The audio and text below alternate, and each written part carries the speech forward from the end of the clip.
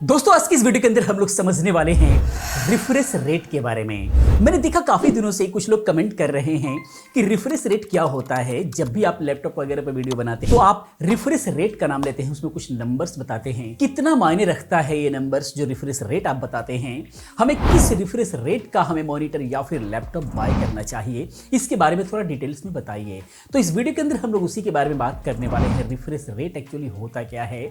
जब भी आप लैपटॉप लेने जाते हैं तो उसके डिस्प्ले की जब बात होती है तो वहां पर रिफ्रेश रेट लिखा हुआ मिलता है। रिफ्रेश रेट का एक नंबर्स होता है जो लिखा हुआ मिलता है। कोई भी डिस्प्ले से रिलेटेड कहीं पे भी बात हो रही है तो वहां पर रिफ्रेश रेट की बात होती है।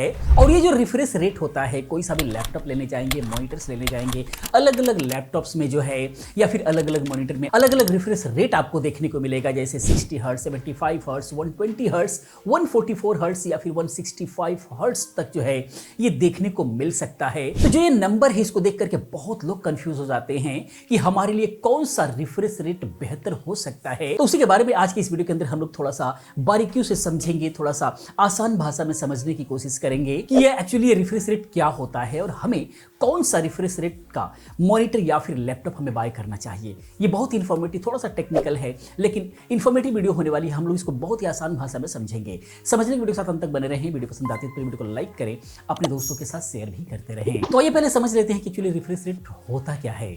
तो किसी भी डिस्प्ले को सही तरीके से वर्क करने के लिए रिफ्रेश रेट बहुत ही ज्यादा जरूरी होता है।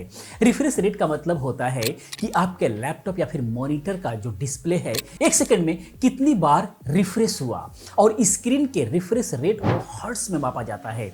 अभी हम और आसान भाषा में समझेंगे, बस थोड़ा सा वीडियो के साथ अंत तक बने रहें, आपको पूरा कंप्लीटली समझ में आएगा। जैसे मान लीजिए आपके पास 90 हर्ट्ज का मॉनिटर है तो वो मॉनिटर एक सेकंड में 90 बार अपने पिक्सल को रिफ्रेश करके आपको एक स्मूथ क्वालिटी दे पाएगा। और अगर आप गेमिंग के लिए कोई लैपटॉप या मॉनिटर कोई भी या फिर कोई फोन जो है लेने की सोच रहे हैं तो आपको हमेशा ज्यादा रिफ्रेश रेट वाले डिस्प्ले को सिलेक्ट करना होगा, यानी मोबाइल फोन या फिर लैपटॉप या फिर मॉनिटर को सिलेक्ट करना होगा। क्योंकि जब आपके स्क्रीन का रिफ्रेश रेट ज्यादा होगा तो आपके गेम्स को वो हैवी स्क्रोलिंग प्रोवाइड कर पाएगा। क्योंकि जो कम रिफ्रेश रेट वाले होते हैं गेमिंग्स में उनकी विजुअलिटी अटकने सी लग जाती है और हमें ऐसा महसूस होता है कि हमारा फोन या फिर कंप्यूटर या फिर जो डिस्प्ले है वो लैग करने लगा है, इस तरह का फील आने लग जाता है, थोड़ा सा रुक रुक करके ऐसे चलने लग जाता है। और आजकल मार्केट में आपको 60 हर्ट्ज से लेकर के 165 हर्ट्ज तक के रिफ्रेश रेट वाले जो है स्क्रीन जो है आपको देखने को मिल जाएगा। थोड़ा सा और आसान भाषा में अगर हम समझें तो एक्चुअली होता क्या है कि जो भी आप वीडियोस को प्ले होते हुए स्क्रीन पर देख रहे होते हैं तो एक्चुअली वो वीडियो बिल्कुल कंटिन्यूसली नहीं चल रही होती है। वो एक्चुअली इमेजेस होते हैं, जो बहुत सारे इमेजेस वन बाई वन करके चल रहे होते हैं। तो 60 हर्ट्ज का मॉनिटर अगर है तो उसके अंदर मान लीजिए एक सेकेंड के अंदर 60 इमेजेस आई और चली गई बदल बदल करके। जैसे मेरा हाथ ये इधर से इधर जो जा रहा है तो आपको लग रहा होगा कि स्मूथली ये इधर से उधर जा रहा है, बट एक्चुअली ऐसा नहीं है। ये अलग अलग इमेजेस है। बार बार ये हमारा कैमरा जो है इसकी फोटो खींच रहा है और बार बार अलग अलग उसको प्रेजेंट कर रहा है। तो जितनी बार ज्यादा से ज्यादा इमेजेस को वो कैप्चर करेगा एक सेकंड के अंदर उतना ही ज्यादा ये स्मूथ दिखाई देगा। तो एक्चुअली हमारी आंखें जो है अगर उसके सामने कोई भी चीज एक सेकंड में अगर 60 बार आती है तो हमारी आंखें उस इमेजेस को पकड़ नहीं पाती हैं। इसीलिए नॉर्मल जो लैपटॉप या फिर कोई भी स्क्रीन होती है अगर उसके अंदर 60 हर्ट्ज है तो हम नहीं समझ पाते हैं कि उसके अंदर इस तरीके का कोई इमेजेस है। लेकिन अगर उसको कम कर दिया जाए तो वो इमेजेस, जैसे उसका स्पीड अगर कम कर दिया जाए, उसका रेट अगर कम कर दिया जाए तो वो जो है वो थोड़ी सी इमेजेस रुक रुक करके चलती हुई ऐसे रुक रुक करके चलती हुई नजर आएंगी। लेकिन ये जो चीजें चल रही हैं, इमेजेस भले ही कितनी ज्यादा हो जाए, अगर उसको रिफ्रेश हमारा मॉनिटर नहीं कर पा रहा है कि एक इमेज से हट करके दूसरा इमेज आ गया तो रिफ्रेश करके तुरंत जो है दूसरी इमेज को दिखाए, तो उसके अंदर क्या होगा, अगर वो रिफ्रेश नहीं हो रहा है पिक्सल के ऊपर तो वो फर्स्ट वाली इमेज हटी नहीं रहेगी, तब तक दूसरी वाली इमेज जो है उसके ऊपर आ जाएगी, जिसकी वजह से वो रिफ्रेश नहीं होगा। तो दोनों ही आपस में थोड़ा सा कनेक्ट करने लग जाएंगी, मिक्सअप होने लग जाएगा। तो वो वीडियोस की क्वालिटी, वीडियो फॉर्म में वो क्वालिटी नहीं दिखेगी और लगेगा कि दो इमेजेस एक दूसरे पर होती जा रही हैं, वो रुक रुक करके चलने लगी हैं। तो उस वक्त ऐसा फील होता है कि ये चीजें लैग कर रही हैं। तो ये चीजें होती है, इसलिए रिफ्रेश रेट का होना, बेहतर होना, ज्यादा होना बहुत ज्यादा जरूरी है जब हम बहुत ही फास्ट कोई वर्क कर रहे होते हैं। तो अब थोड़ा सा मॉनिटर पे काम कैसे करता है अगर हम इसकी बात करें तो चूंकि रिफ्रेश रेट हमारे स्क्रीन पर सीधे तरीके से काम नहीं करता, इसके लिए हमारी स्क्रीन एक संदेश भेजती है जो प्रोसेसर उसको रीड करता है कि स्क्रीन 1 सेकंड में कितनी बार रिफ्रेश रेट होना है।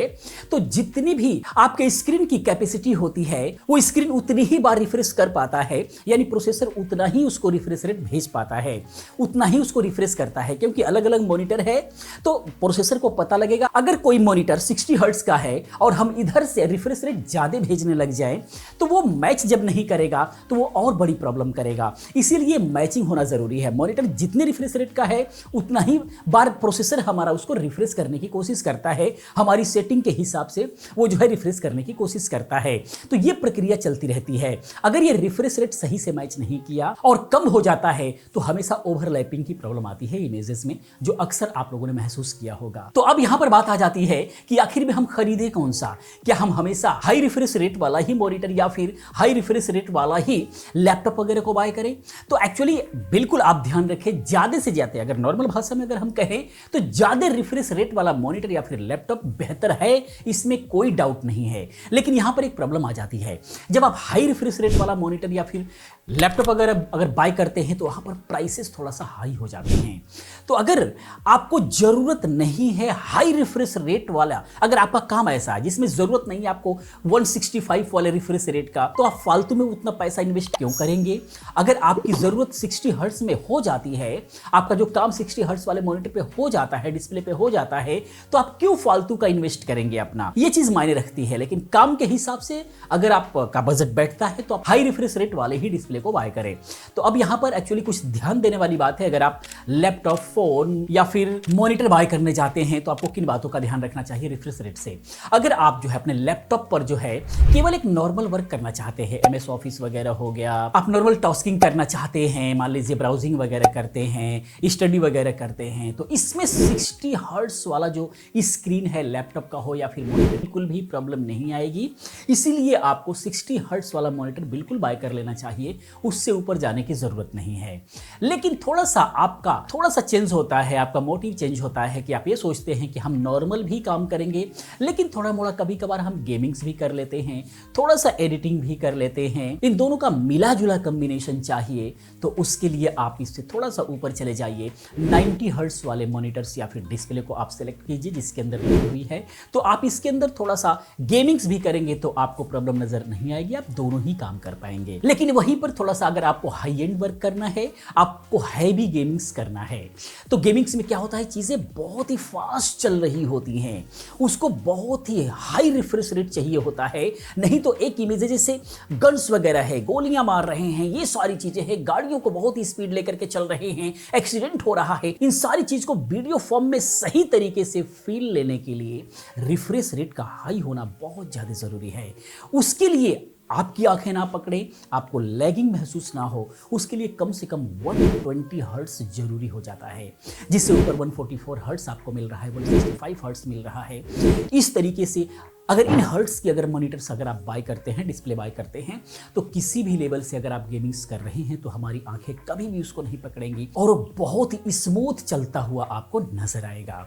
इसीलिए आप अपने काम के हिसाब से जो है रिफ्रेश रेट को सेलेक्ट कर सकते हैं। अगर जरूरत नहीं है, आपको नॉर्मल ही काम करना है, नॉर्मल वीडियो एडिटिंग्स करना है, बाकी सारे काम करना है, गेमिंग्स नहीं करना है अगर आपको, तो आपको कभी भी हाई रिफ्रेश रेट वाले मॉनिटर की जरूरत नहीं है, आप उसको यूज नहीं कर पाएंगे।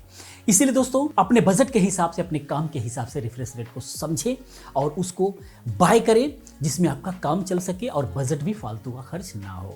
तो दोस्तों वीडियो इन्फॉर्मेशन आपको कैसा लगा प्लीज आप कमेंट में जरूर बताएं। इसी प्रकार की तमाम वीडियोस को देखने के लिए चैनल को सब्सक्राइब करें, चैनल के साथ बने रहें क्योंकि इस टाइप की तमाम वीडियोस मैं लेकर के आता रहता हूं। मैं मिलता हूं नेक्स्ट किसी और अच्छी इन्फॉर्मेटिव वीडियो के साथ में। पूरी वीडियो देखने के लिए, चैनल को सब्सक्राइब करने के लिए आप सभी का बहुत बहुत दिल से धन्यवाद करता हूं। आपका दिन शुभ